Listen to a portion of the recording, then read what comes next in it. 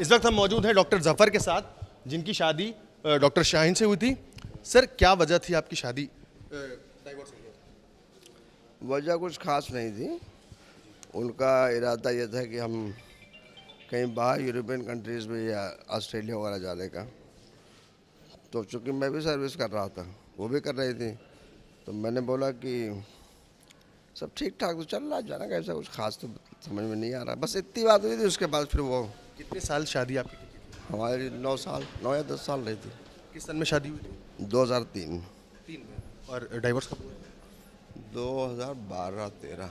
क्या इस दौरान कभी उनकी गतिविधि ऐसी लगी आपको कि किसी आतंकी मॉड्यूल से उनका कनेक्शन है? ना भाई, मतलब ही नहीं था। क्या धर्म के प्रति काफी यहाँ से आप पता कर लीजिए। क्या धर्म के प्रति काफी झुकाव है? ना, कुछ नहीं, बिल्कुल नहीं।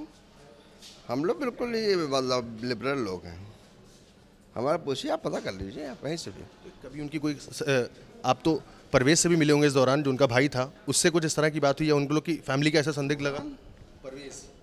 परवेज़, हाँ परवेज़, हाँ वो मुलाकात क्यों नहीं होगी, वो तो साला था कभी हमारा। ऐसा लगा कि कोई गतिविधि? नहीं, वो MBBS यार किया उसने मेरे सामने। उसके बाद उसने MD किया आगरा से, फिर वो लखनऊ जा कर के सेटल हो गया। उसके बाद तो वही हो गया। के कनेक्शन अब निकल के सामने आ रहे हैं। नहीं, ड्यूरिंग मतलब स्टडी, जो MD की स्टडी कर रहा था, उसी टाइम में हमारा डिवोर्स हो गया था।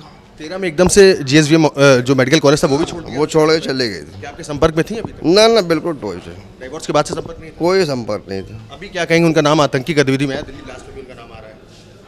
हम तो उस पर कोई रिलेशन हमारा नहीं है, क्योंकि मेरा कोई रिलेशन कभी रहा ही नहीं, ना मैं टच में कभी रहा हूँ। तो शादी के बाद से कभी मैं जानता भी नहीं हूँ कहाँ रहीं, क्या किया उन्होंने। डाइवोर्स का कारण ये था किसी और से उनके संबंध थे? ना, ऐसा कुछ नहीं था। सिर्फ यही कारण था कि आपको बाहर सेटल करना था? नहीं, वो चाहती थी कि हम जाएं। हमसे मतलब एक बार ये बात कही थी कि हम चाहते हैं कि ऑस्ट्रेलिया या यूरोपियन कंट्रीज़ में कहीं पे हम लोग जो है लेक्चरशिप इजीली मिल जाएगी, क्योंकि हम लोग दोनों MD और MS थे। मैं आई सर्जन हूँ, वो MD फार्माकोलॉजी, उनको बहुत इजीली मिल जाती थी। आई सर्जन्स के लिए भी कोई प्रॉब्लम तो है नहीं।